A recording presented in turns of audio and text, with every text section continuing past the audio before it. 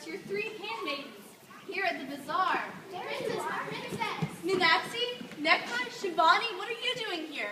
Your place is back at the palace, preparing for the Shah's visit this evening. There's just a problem, my princess. It seems as though people will arrive many hours too early. For the Shah sits in your palace at this very moment. He sits in the palace, you say? And he desires you near. Desires? Decree! That is why our father sent us to find you. This very day, the Shah has decided to make you his newest bride. Newest? Your husband-to-be demands your return this instant, before he himself is forced to come down the hill. Hurry home, princess. The Shah is so loud and strong and big. He scares me. You must hurry home. I will come soon enough. Now go with all speed. Oh, Aisha, what am I to do? By the head of my mother, I will not become one of many brides of that boar's harem. Do not make the mud even wetter, princess. An insignificant one such as yourself can never win when confronting a man of such size, strength, and power. Have you not learned a thing here today? Listen and understand, younger one. You can do anything you so desire in this life, despite the size, strength, and power of anyone. Do not fill her head with foolishness. You, old man, do not know this Shah. Perhaps not this specific Shah, but I have met many others like him, and know of an insignificant man who toppled one 1,000 times more powerful and wise. Tell me, great Kamal, this person. He is spoken of in the tale, The Fisherman and the Genie. You see, there once was an aged fisherman who was so poor he could scarcely provide as much as would maintain his wife, his 3 daughters, and himself. And all 5 of them would go fishing every day, early in the morning, and imposed it as law upon themselves not to cast their nets above 4 times a day.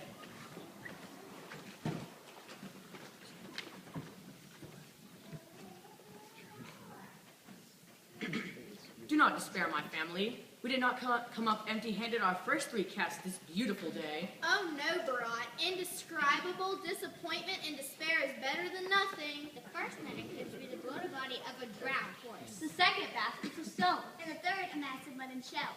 My beautiful wife Shahida and bright daughters Anjum, Amina, and Lelia, should Allah grant us the bounty of this day, and we shall eat. If not, then there must be some higher purpose for our hunger. Our starvation will prove to be an invaluable lesson we need to learn. Perhaps, dear husband.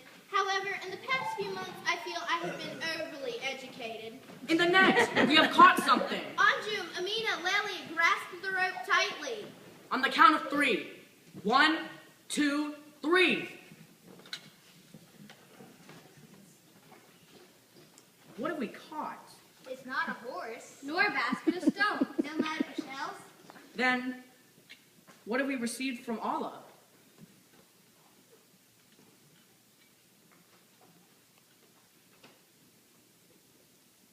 More education.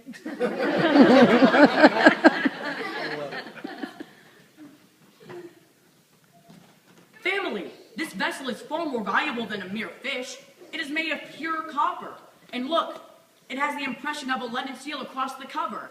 Tomorrow I shall take it to the smelter, and with the money I receive, buy us all a measure of corn. Does the vessel contain anything, dear Barat? Open it, wonderful father, and check all sides, dear papa. Perhaps it could be jewels or gold, or even better, father of all fathers. Silly child. What could be better than gold or jewels?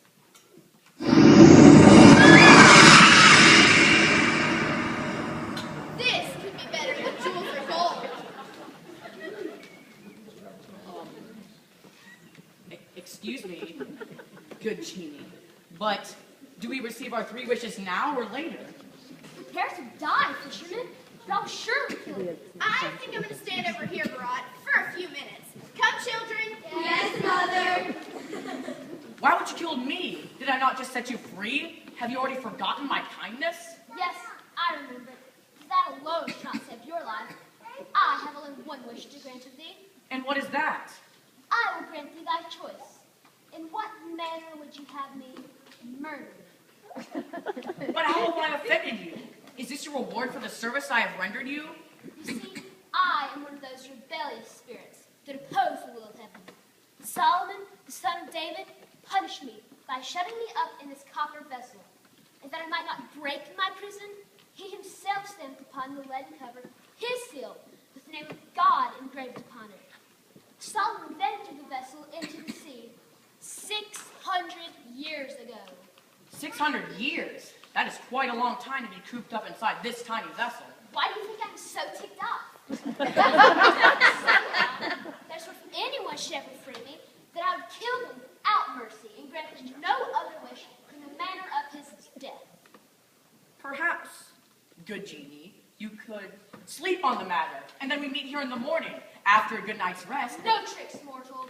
Since you have freed me this day, I give you that choice. Make haste. Which method of death do you choose? Knives? Fire? Drowning? Crushed by a boulder? That is one of my favorites. Since I'm sentenced to die, then I would only wish to ask of you. Quickly. I wish to know if you were actually in this vessel, because I don't believe that you were. What? How can you say that, fisherman? You yourself opened it. You saw me rise up before you. Well, there's a bit of a problem with the last bit of what you said there, Genie. Yes, I did open the vessel, but there were so many colors and smoke and fire swirling everywhere. I didn't see much of anything, really, much less you actually rising up out of the bottom. Well, how else did I get here? Who knows? By ox cart for all I know. But I did. I came from inside the vessel. Dare you swear it by the name of the great God? Yes, I do swear by that great name that I was. Well, I don't know about that. Something just doesn't seem right. What do you mean? Well, for one thing, you're so large, and that vessel is so tiny. No, in good faith, I cannot believe you. There's simply no way that so much of you could fit into so little of that. Do you not believe me, even after the solemn oath I have taken? Of course I don't believe you. You take me for an imbecile, and I shall go into death knowing you to be a great faker and an even greater liar. Unless... What? Unless what? Unless you go back inside this vessel and prove it to me. How dare you question me? I knew it all along. A faker and a liar. I will show you. I will show you all.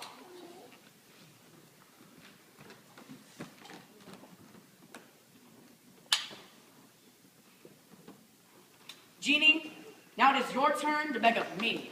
But I shall throw you back into the sea where I found you, and then I will build a house on the shore where my family and I will live. And I will warn all fishermen who come here and cast their nets to beware of such a wicked genie as you. A genie who has sworn an oath to kill the person who sets him free.